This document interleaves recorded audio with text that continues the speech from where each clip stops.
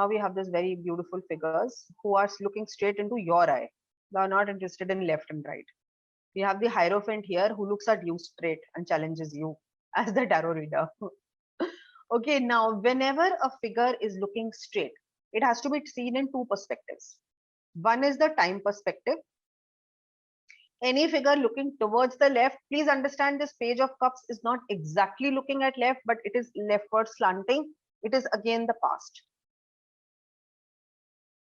Okay, look at the Moon card. Moon card here, the doggy and the wolf are looking up. But the moon, the face on the moon is also looking towards the left. This is, though the card is in the future position, it's the third card, but it has very deep connections with the past. Because the figure on the card is looking towards the left. Got it? So यहाँ पे इतना सारा एक तो हमें past का reference मिल गया. आपने जैसे अब इस केस में हम लोग जब straight आता है, please understand, whenever we see a figure which is looking straight, in that case your reading should become a 3-card reading. It can be a long reading, 12 card, 15 card reading, but within that look for a triad of cards or a trio of cards. So look for the card left to it and right to it whenever a figure is looking straight at it. Because the card to the left is going to indicate the past. This is the past.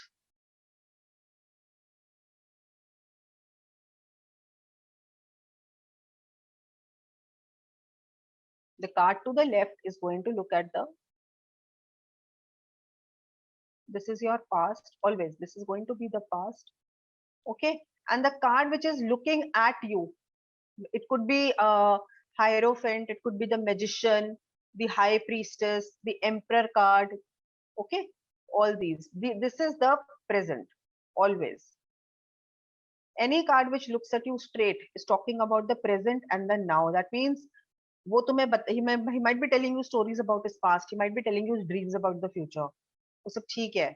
Focus on the present moment. As soon as you see a card which is looking out at you, right now there is something which needs to be resolved. Okay, and this is the future. So here we have this Moon card which ideally is representing the future, but it is actually the future card which is rooted in the past. So the Page of Cups derives its origin in the past of the situation. Hierophant displays the situation at present.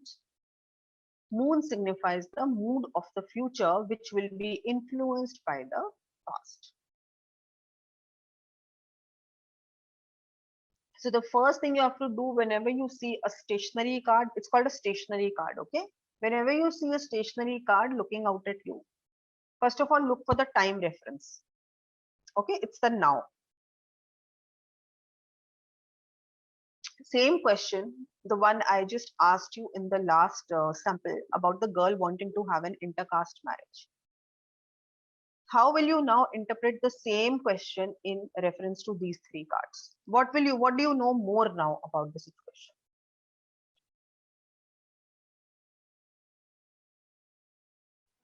Ma'am, past में she's been very emotional. Emotional decision लेना चाह रही है. Moon card को भी देखकर और page of cups को देखकर भी समझ आता है ये. She's trying to be very emotional. She's not being pragmatic at all. The first thing is that in the past, she's had a very, describe it like a story, right?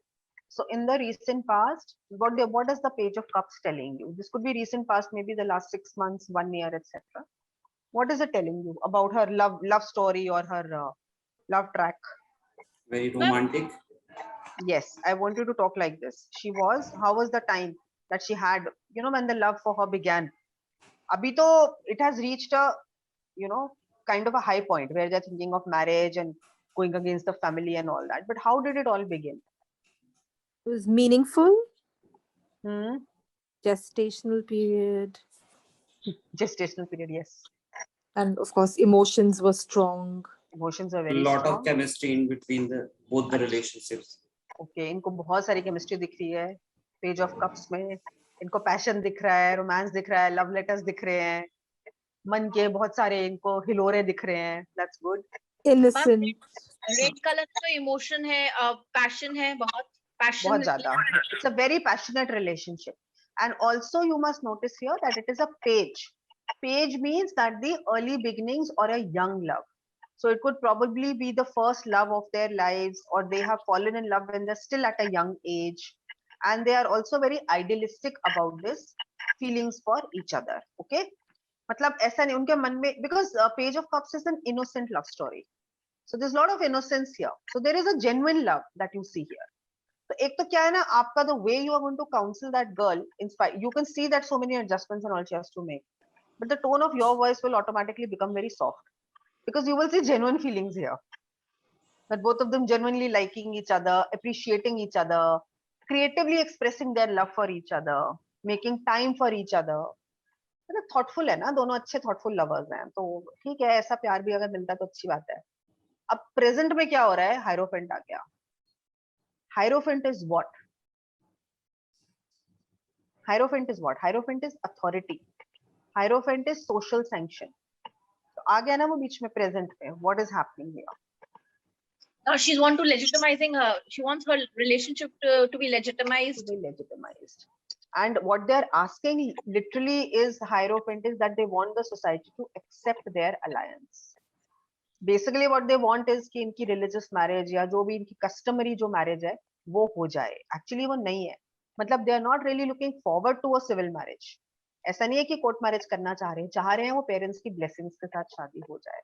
But क्या hierophant होने देगा?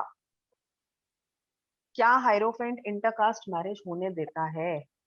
No.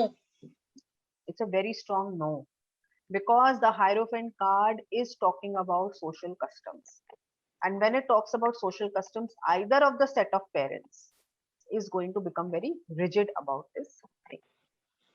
So overall blessings तो उनको नहीं मिलेंगी. और आगे वाले कार्ड में, मून कार्ड के अंदर, because moon is also looking towards the past, so future के अंदर भी what is going to happen? Do you think they will succeed in finding their happiness together? No. They will not happen. This civil marriage is not going to happen. Because why? Because the center card is the Hierophant card. When Hierophant card comes, one of the parties is very insistent that it should happen according to customs. Please understand this. And I use the word idealistic also in the first card. Moon card का मैंने इसलिए idealism का word use किया है because moon card means disappointment in emotional affairs. It will be a disappointing love affair. It will not culminate into marriage. It will culminate into a lot of heartbreak and misunderstanding between the two partners. And what is the root? Root is Page of Cups, because it was a very emotional relationship right from the beginning. It was not at all a practical relationship. दोनों एक दूसरे के लिए बहुत कुछ करना चाहते थे, और जब ये नहीं होगा तो एक दूसरे को ये लोग बहुत ज्यादा they will hold each other responsible for the collapse of this relationship. कि उसने मेरे को इतना ज्यादा प्यार किया, इतने वादे किए, इतना ये लिखा वो लिखा, इतना एक्सप्रेस किया, मैं ये करूंगा वो करूंगा, and look, they could not even get their parents to agree for it. So this moon is a lot of blaming also. When the moon card comes in the future, means there's going to be a lot of emotional misunderstanding, and there will be inability to forgive your partner. You will become very bitter. The partners, both of them are going to become very bitter towards each other. हिम्मत इतनी नहीं है कि कर ले जाके बाहर शादी, एक दूसरे को लेकिन रिस्पॉन्सिबल ठहराते रहेंगे बहुत टाइम तक, और उसकी वजह से दोनों का आगे जाके रिश्ते और लोगों के साथ भी बड़े मुश्किल से जुड़ेंगे, क्योंकि डिस्ट्रस्ट हो जाता है. You start distrusting the other gender when the moon card comes. Okay, so in this case you are going to read it as the past, the present and the future. So Hierophant has to become the present card. And why I'm saying present, of course you know it's a PPF spread. Important is that the middle card should be seen as the deciding card here. There is no outcome card in such a spread. Hierophant becomes the pivotal card. It's the pivot around which the card number 1 and card number 3 are going to dance. That is the importance of the card or the energy I'm telling you when it's looking into your eye. It is staring into your eye. It is the present now, and present is all there is.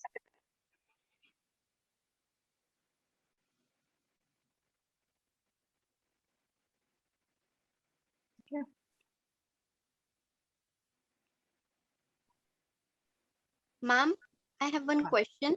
हाँ जी, ma'am अगर ये हाइरोफेंट के बगल में जो हमारा moon card है उसकी जगह पर अगर एक और स्ट्रेट फेसिंग कार्ड आ जाता हाँ, तब वेरी भी हम गुड। ऐसे ही निकालो, कौन सा निकालोगे? हाई प्रीस्टेस या फिर एम्परर। हाई प्रीस्टेस या फिर एम्परर? हाँ, हाइरोफेंट के साथ अगर आपका हाई प्रीस्टेस आ जाता है, इससे क्या पता चला? पहली बात तो ये कि अगर आपके दो स्ट्रेट फेसिंग कार्ड्स आ जाते हैं, first of all you have to interpret this as two important energies which have to be considered and analyzed in the present context. So करो, अगर high priestess hierophant plus high priestess आता है आपका, तो उसको कैसे देखोगे? Is it good? Is it good for this case? High priestess. No ma'am, lot of fluctuating emotions in high priestess we see. High priestess means lot of fluctuating emotions. What else? and keywords loneliness. Loneliness. Good.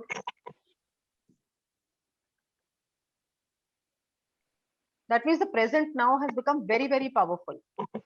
Future तो अभी आने को ही तैयार नहीं हो रहा, क्योंकि present ही इतना वो है, पावरफुल है। और प्रेजेंट में हाइरोफेंट की एनर्जी है, which is again talking about social conventions. There is the high priestess, which is talking about a lot of emotional upheaval, emotional, like you said, there is a lot of emotional disturbance. Apart from that, there could be secrets which are being kept from each other. There could be secrets. Also, there could be one of the female members in the family could be involved here. High priestess is a very strong feminine energy. So some lady could be involved who can say yes, but who will not say yes. Okay, so she will keep quiet because high priestess always keeps quiet. She doesn't say anything. So high priestess की quiet की वजह से ये मामला ऐसे में क्या होगा? If you have hierophant and high priestess together, the matter will not take any future shape. It will become suspended. The present will become suspended. Neither a yes nor a no. Nothing will happen. वहीं का वहीं पे बिल्कुल वो हो जाएगा, block हो जाएगा मामला। They will just leave them. अपने आप करो जो करना है। ना वो लवर्स जो हैं वो पेरेंट्स से हटके कुछ कर पाएंगे, ना पेरेंट्स हाँ बोलेंगे, ना पेरेंट्स ना बोलेंगे। It will be a very non-committal kind of and a very non-active kind of a situation, and it can go on for months. For months and months, it could be just like this, where none of them are willing to budge from their viewpoint. और उसके बाद eventually फिर तुम्हारा moon card आएगा, so you know कि जब situation थोड़ी resolve भी होगी तो वो भी किस तरफ को जा रही है। ठीक है, तो ऐसे अगर कोई सीधी सीधी देख रहे हैं तुम्हारे को, तो इसका मतलब होता है कि present is going to become very, it's going to become very long lasting present. There will be no change in situation for a long time.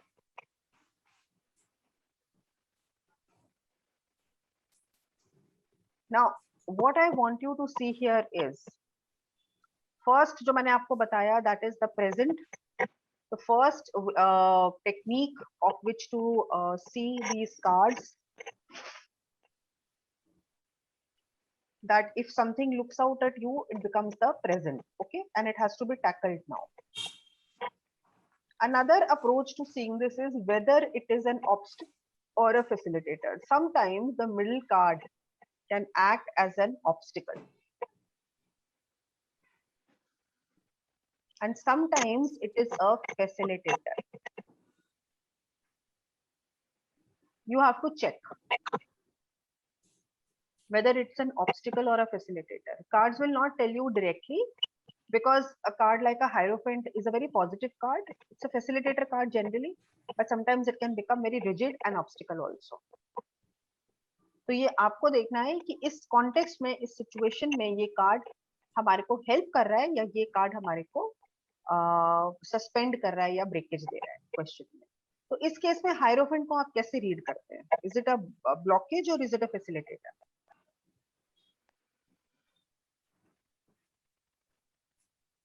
Blockage. अभी वाला जो डिस्क्रिप्शन हमने दिया।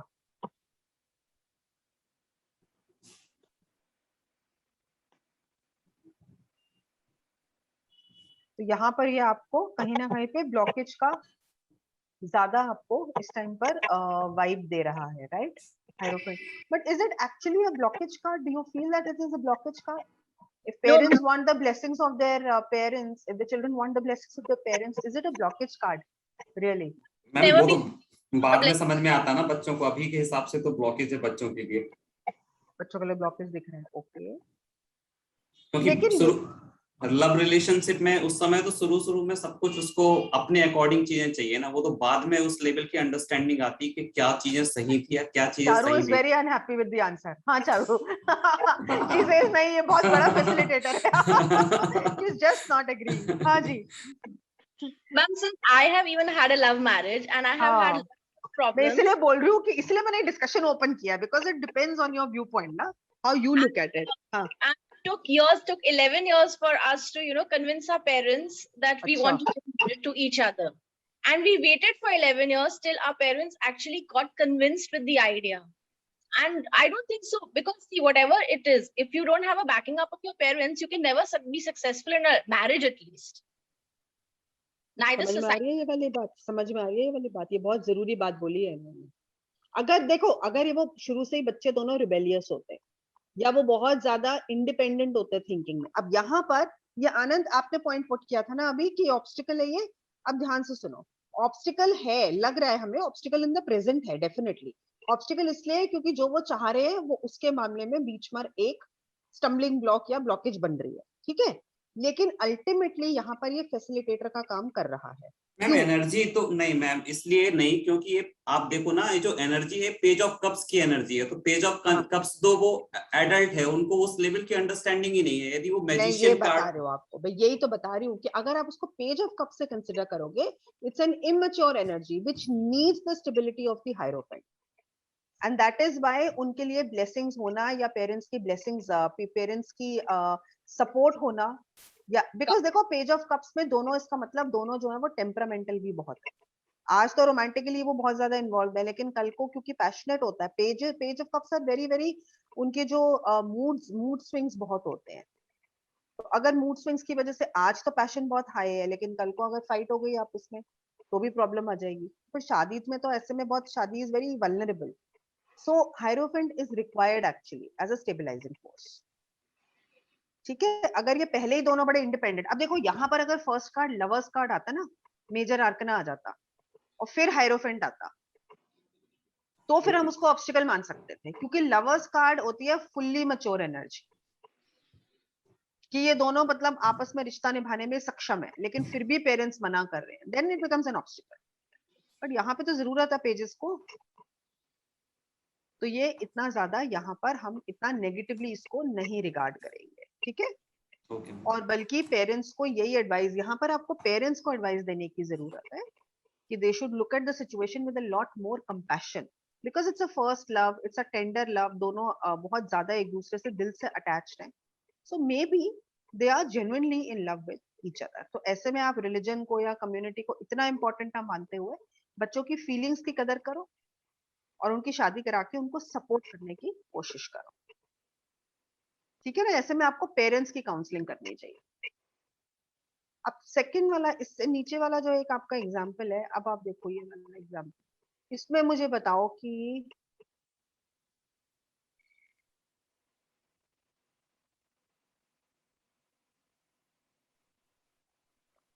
अगर ये कार्ड आपका आता है, person wanting to start a new business, पहले बात तो मुझे इसकी क्लियर प्रेडिक्शन दो पास्ट प्रेजेंट फ्यूचर के साथ, और दूसरा फिर मेरे को इसको वो करके बताओ कि बीच वाला कार्ड आपका ऑब्स्टिकल है या फैसिलिटेटर है। मैम फैसिलिटेटर है। पहले तो एक जनरल मेरे को रीडिंग दो कि एक पर्सन है आपके पास आया है, want to start a new business, what are my prospects, do you see me succeeding. आप उसको ये तीन कार्ड के कॉम्बिनेशन में पास्ट प्रेजेंट फ्यूचर को एनालाइज करके कैसे बताओ? मैम बहुत जल्दी में है, लेकिन उसके अंदर टीम वर्क को लेकर he is very good at team work, he is a quite good leader. When we see the card knight of swords, और पहले तो उसके डायरेक्शंस तो देखो, एक लेफ्ट मूविंग, एक राइट जा रहा है, आपस में दोनों इधर उधर जा रहे हैं, डाइवर्जिंग फोर्सेस हैं, ये सब चीजें वर्ड्स को एनालाइज करो, फिर बताओ मुझे।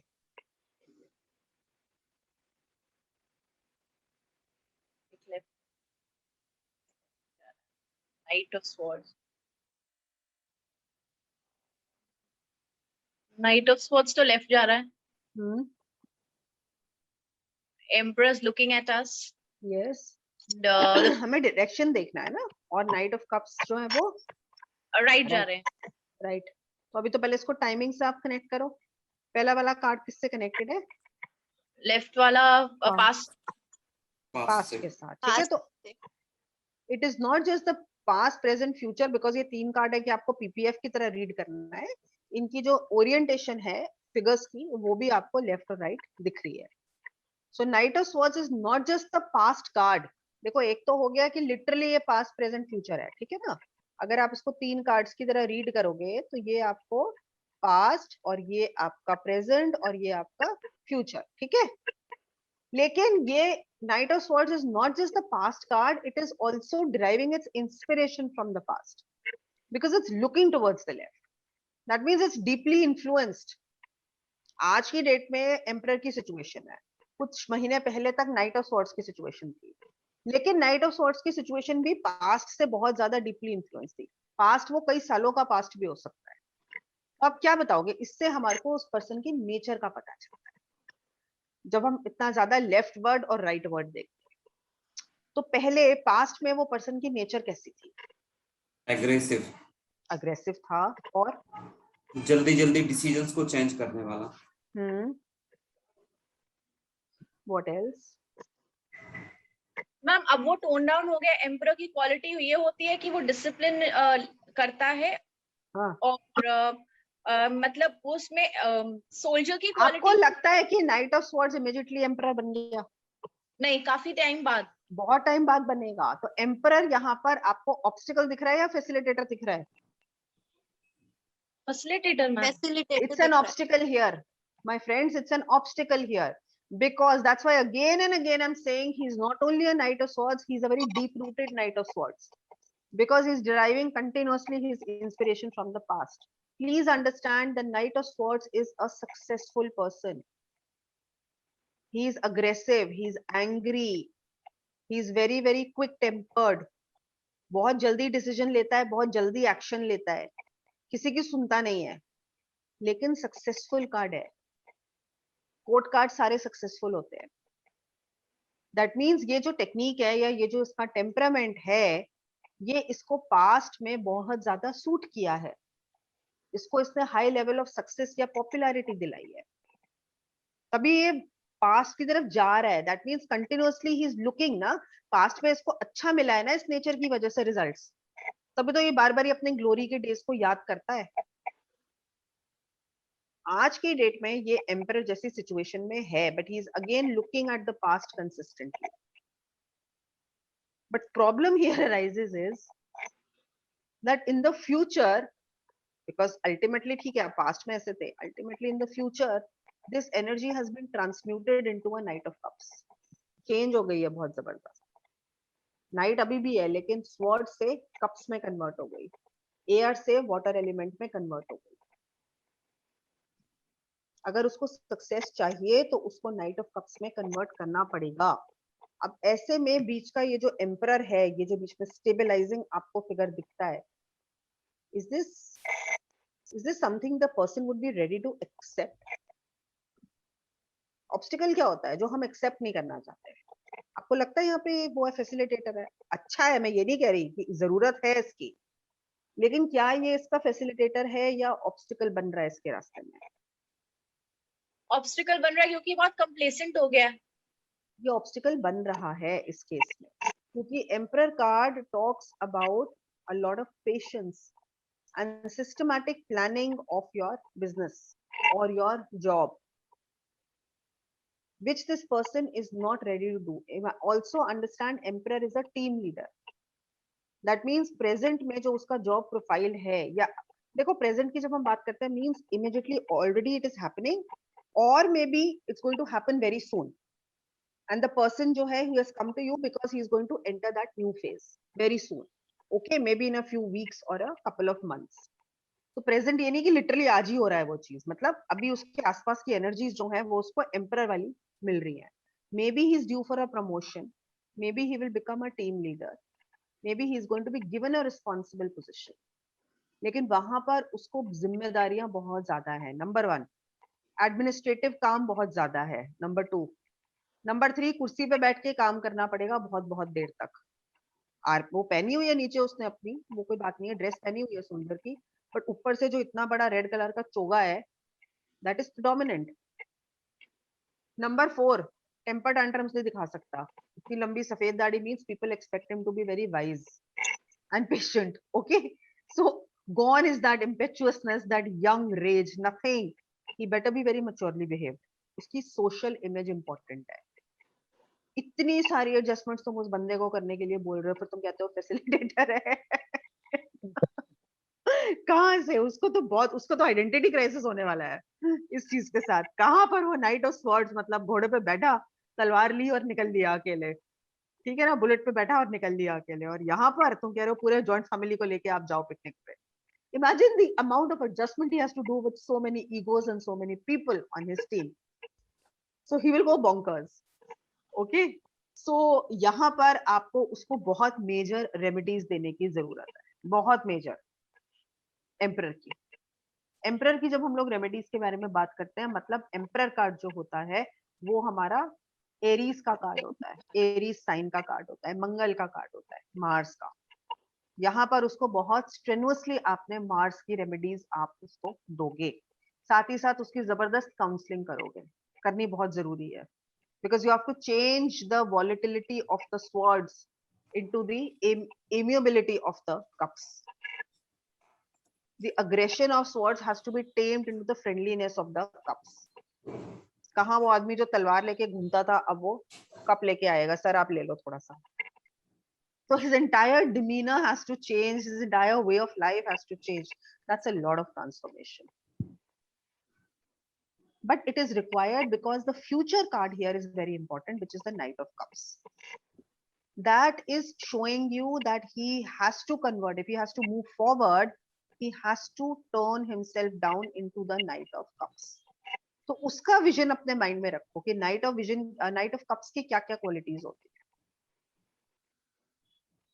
उसको टोन डाउन करना स्टार्ट करो, उसको वो वाला विजन देना स्टार्ट करो कि अगर आपको अपनी कॉर्पोरेट सक्सेस चाहिए या बिजनेस में सक्सेस चाहिए, तो आपको अपना पूरा लोगों के साथ डील करने का स्टाइल जो है वो चेंज करना पड़ेगा. फ्यूचर कार्ड ये है ना, तो फ्यूचर कार्ड तो बहुत इंपॉर्टेंट होता है. वहां पर आपको एक सॉफ्ट एनर्जी, एक gentle energy, slow moving energy, ये सब चीजें दिख रही है. तो इस वजह से एम्परर को होना पड़ेगा. एम्परर इस केस में रिक्वायर्ड है, नेसेसरी है, लेकिन it is an obstacle for the person because the person will have lot of frustration in this transformation process. There will be lot of frustration because he is an angry person. He's a person whose blood boils very quickly and who says sharp words. Remember, swords is also about your communication, your words. So he might be an abusive fellow. He might be a person who orders, barks orders like that. He might be a rude fellow. You don't know, but he's successful. He gets the work done. So till now he has managed to make a place for himself. देखो अगर एक night को emperor, अब इसको ऐसे देखो ना, night को एम्परर बनाया जा रहा है, इसका मतलब कहीं ना कहीं तो उसके अंदर बहुत कैपेबिलिटी है ना, कि आज प्रेजेंट में उसको एम्परर की पोजीशन मिल रही है. एम्परर मींस डेफिनेटली ना पूरा का पूरा एम्पायर आपको दिया जा रहा है. See how trustworthy he is, see his intellectual caliber, see that somebody is trusting him enough to put him in charge of the entire team or the project or the office. तो बंदे में दम तो बहुत है, लेकिन उसका attitude उसको ले डूबेगा. That is why attitude is everything, everything. The way you think, because the way you think makes you act that way also. तो इसको तो बहुत थेरेपी की जरूरत है, काउंसलिंग एंड बिहेवियरल थेरेपी. इसके अंदर ना सीबीटी बहुत काम आता है, कॉग्निटिव बिहेवियरल थेरेपी. इसको हम लोग साइकोथेरेपी नहीं बोलते हैं आजकल, इसको हम लोग आजकल बोलते हैं, इसका जो टर्म होता है that is CBT. And we have proper qualified therapist to do this. Okay, cognitive, ये आप लोगों को पता होने चाहिए सारे टर्म्स ना. cognitive behavioral therapy. And you actually have CBT practitioners. It means cognition, understanding से जब आप अपना behavior change करते हो. तो tarot is in itself is a CBT. आपने ये जो पूरा स्प्रेड अभी हमने देखा, एनालाइज किया पिक्चर्स के थ्रू, हमें कितना समझ में आया कि इस पर्सन को किस तरीके से अपना ट्रांसफॉर्मेशन प्रोसेस होल्ड करना है. ठीक है ना, अब उसको करना है. तो कॉग्निटिव, जब आप कॉग्निशन में आ जाता है, means you do it with a sense of purposefulness, you do it with mindfully आप अपना बिहेवियर जब चेंज करते हो, because I want to go in this direction, because I want to become a politician after 5 years. Right now I am a very innocent and a very सीधा साधा fellow, but I want to become a politician in 5 years. So I should learn the tricks of being a politician. So that means मेरी CBT आज से start हो जाएगी. That means I will start inculcating those traits which will make me successful as a politician. तो मेरी networking skills अच्छी होनी चाहिए, मेरे को presence of mind अच्छी होनी चाहिए, मेरे political connections अच्छे होने चाहिए, मेरे को थोड़ा बहुत झूठ बोलना आना चाहिए, मेरे को सेवा भाव होना चाहिए, because politician does work with the people at some level. तो ग्राउंड लेवल पे मैंने कुछ काम किया हुआ लोगों के साथ. All this is CBT. Behavioural changes लाते हो जब आप with a sense of purpose in your mind why you are doing what you are doing. Okay, so tarot is a wonderful means of CBT for self. अगर आपको ये समझ में आ जाए कि मुझे ये ऐसे करना है और क्यों करना है, तो आप अपनी खुद की सेल्फ थेरेपी कर लो. आपको जाने की जरूरत ही नहीं है किसी थेरेपिस्ट के पास. बिलीव मी, अनलेस आप लोग बोनाफाइड या क्लिनिकल आपको कोई प्रॉब्लम्स है तो अलग बात है, लेकिन एक नॉर्मल इंसान की जो इमोशनल फ्लक्चुएशंस होती हैं वो टैरो बहुत हद तक खत्म कर देता है. You will stop feeling perturbed about things. You will know a lot of things you are supposed to do just by doing your own readings and your own spreads. Make it a point. अभी हम लोग इसी course में आगे चक्रा वो करेंगे, चक्रा spread करेंगे. आप लोग सब चक्रा स्प्रेड अपना अपना किया करो once a week. If you want, I'll take it up in the next class. ठीक है, मैं पहले करा दूंगी, वैसे बाद में आता है, मैं पहले करा दूंगी आप लोगों को चक्रा स्प्रेड. ठीक है ना, एस्ट्रोलॉजी वाला पार्ट हम लोग थोड़ा बाद में ले लेंगे, कोई बात नहीं. चक्रा स्प्रेड कर लो, बहुत अच्छा है. 7 चक्रास के बारे में अगर आदमी अपना जानता हो ना बेसिक, और अपना 7 कार्ड स्प्रेड निकाल ले, so you what you can do is you can fine tune your thoughts and your actions for the coming week. Okay, this week I need to work on my mental peace. I have to keep my peace. This week my sacral chakra is very disturbed. Means I need to do something regarding my profession. I need to take some strong steps regarding my professional identity. So you know your focus areas. तो वो CBT तो होता है, और क्या है. तो हम लोग सब अपने सेल्फ को हैं CBT एक्सपर्ट्स. ठीक है, किसी का कोई क्वेश्चन है? मैं वो करना है मेरे को, अब आप लोगों को रिवर्सल्स कराने हैं. तो इस केस में फॉर एग्जांपल, तो ये वाला जो केस है, अब देखो वो जो तुम्हारा इंटरकास्ट मैरिज वाला केस था, अगर हम उसको इन 3 कार्ड्स में जक्सटापोज करें, तो इसका मतलब कि पास्ट में दोनों जो है वो बहुत हेस्टी डिसीजन ले रहे हैं. कोर्ट मैरिज यहाँ पे फर्स्ट कार्ड बन जाएगा. That there is a lot of passion involved. They are wanting to take a quick action, and they want some kind of, because they are very independent minded. Here it is coming. Now here the Emperor card will become a facilitator. Please understand. Because future में आपको ये दिख रहा है कि अगर हम अपना प्रपोजल या हम अगर अपने मैरिज का अलायंस बहुत पीसफुली और डिप्लोमेटिकली अपने घर वालों के सामने रखते हैं, slowly, please remember cups is a slow moving energy, तो स्लोली आएंगे रिजल्ट्स, लेकिन फेवरेबल डायरेक्शन में जा सकते हैं. लिटरली मीनिंग कि हम उनको धीरे धीरे करके मना सकते हैं. थर्ड कार्ड जो आ रहा है वो ये आ रहा है. तो रिजल्ट कार्ड देख लो पहले, फ्यूचर वाला पहले देख लो कि फ्यूचर किस डायरेक्शन में मूव कर रहा है. फ्यूचर आपको लगता है पॉजिटिविटी की तरफ मूव कर रहा है, तो एम्परर कार्ड यहाँ पर आपका क्या बन रहा है? फैसिलिटेटर बन रहा है. Because it means that if you are patient enough, and plus it also says that the boy, here now listen, there is another input that the boy should work on his career goals. Can be the girl also, but here because it's a male, I'm talking about the guy. That let the guy do something very spectacular in his career. Let him appear for some senior examination, some competitive examination. Let him crack something, because he has the ability to reach a very high position. Maybe because of that success, that professional success, the parents are going to become softer towards him. The religion won't matter so much, but the caliber of the boy will matter finally, and they will gradually agree. तो इस case में ये facilitator बन गया कि boy को सब कुछ छोड़ के इस टाइम पर अपनी प्रोफेशनल एक्सीलेंस के ऊपर काम करना चाहिए. ठीक है, इसमें बॉय भी हो सकता है, गर्ल भी हो सकता है. देखो इसमें जो ये व्हाइट वाली बियर्ड है, it means the passing of time. It talks about getting more maturity in your professional fields. इसका मतलब कि अगर आप इस टाइम पर रुक जाओ 1 से 2 साल 3 साल, देखो अभी हमारे पास एक एग्जांपल है जो 11 साल तक रुके हैं. तो जब इतना बड़ा डिसीजन आप लोगों को लेना है तो 1 साल 2 साल बहुत बड़ी चीज नहीं होती. इफ इट मींस कि आपके पेरेंट्स अल्टीमेटली अगर मान जाएंगे, सब कुछ अच्छा हो जाएगा. और ये तो अभी तक क्लियर हो गया पिक्चर में कि both the boy and the girl are pretty devoted to each other. तो ऐसा तो नहीं है कि अगर उससे नहीं होगी तो वो किसी और से कर लेंगे, वो भी नहीं आपको होते हुए दिख रहा. ये भी ध्यान रखना लव अलायंसेस में. जब आपको इतनी ज्यादा डेडिकेशन नजर आती है ना किसी भी कपल के अंदर, please advise them to wait for a couple of years. उनको जल्दी होती है, उनको लगता है अगले 2 महीने में ही कुछ ना कुछ डिसीजन हो जाए, या तो हम भाग जाएं या हम कोर्ट मैरिज कर लें या घर वाले मान जाए. अब प्रॉब्लम ये नहीं होता, 2 महीने के अंदर नहीं होते बड़ी बड़ी चीजें. You have to wait years sometimes.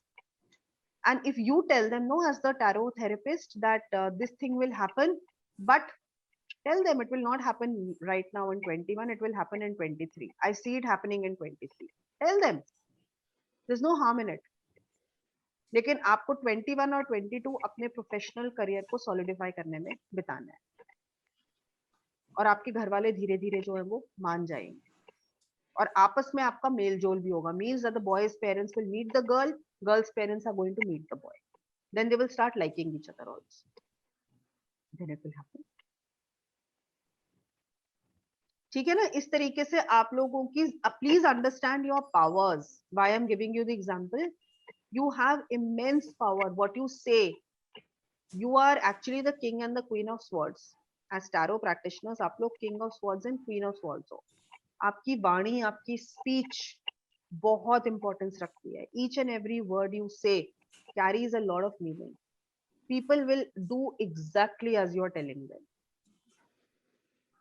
वो छोड़ देंगे कोर्ट मैरिज का प्लान. पता है आपको, आपको शुरू शुरू में बड़ा अजीब लगेगा कि अच्छा I can make so much of difference also, but it's true. I am telling you the power of tarot.